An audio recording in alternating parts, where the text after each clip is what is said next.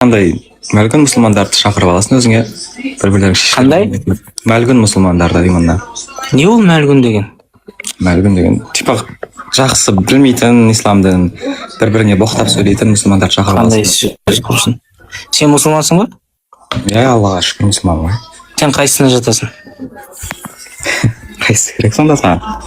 Жаңағы мәлгүндердің қатарында сен де барсың ба? Жоға, боқтамаймын ғой бір-бірлеріңе.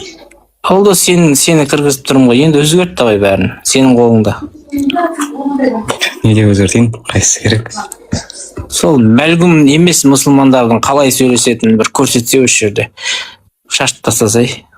Аргументтермен. Жоға, мында сен просто соларды шақырып аласың деп пікір таласа отырасың.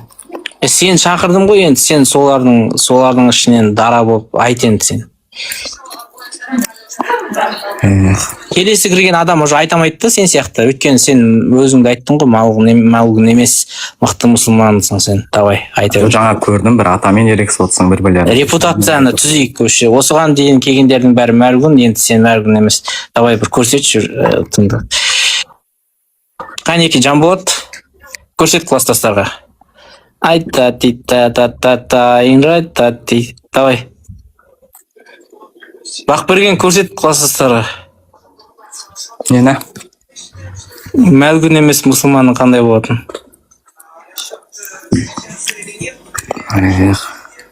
Болса, бірдеңе жеп отқан дейсің, жынды ма?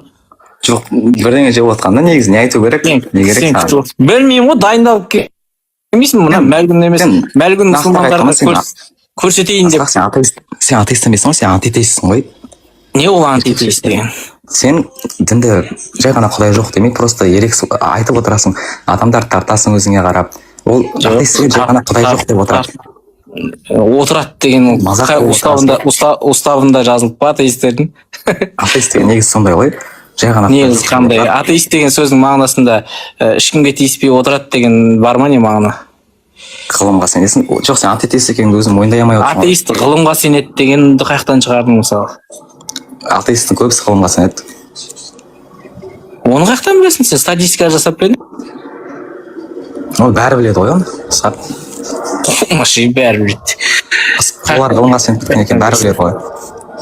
Адам майбылдан жаратылды деп кетесіңдер. Мойындамайсыңдар. Ол мектептің программасы ғой сонда, адам мен маймылдың аты тегін бір екен. Адам маймыл тектес жаратылыс просто. Енді сол деген сөз емес. Маймыл мен арғы ата тегі бір, екеуі туыстас. Мектеп оқымадың ба не? Жоқ, оқыдым. Енді оқыған болсаң сол оны үйретіп жатыр ғой мектепте? Жоқ, адам маймыл тектес жаратылыс, маймылдан жаратылған деген ол. Маймылдан жаратылған деп кім айтып отыр саған? Екеуі ата тегі бір. Мен ашығы тамақ ішіп отырамын. Тамақ ішіп отырсың, неменеге запрос жүрсің адамның уақытын алып? Білмеймін. Кетші міне. Сенен гөрі мәлгүн мұсылмандар жақсырақ. Өздерінше оқып қойғасындар. Неге әрқайсың өздеріңді сондай білімді деп санайды? Мысалы, Айдын сен дым айтқан жоқсың да, мысалы.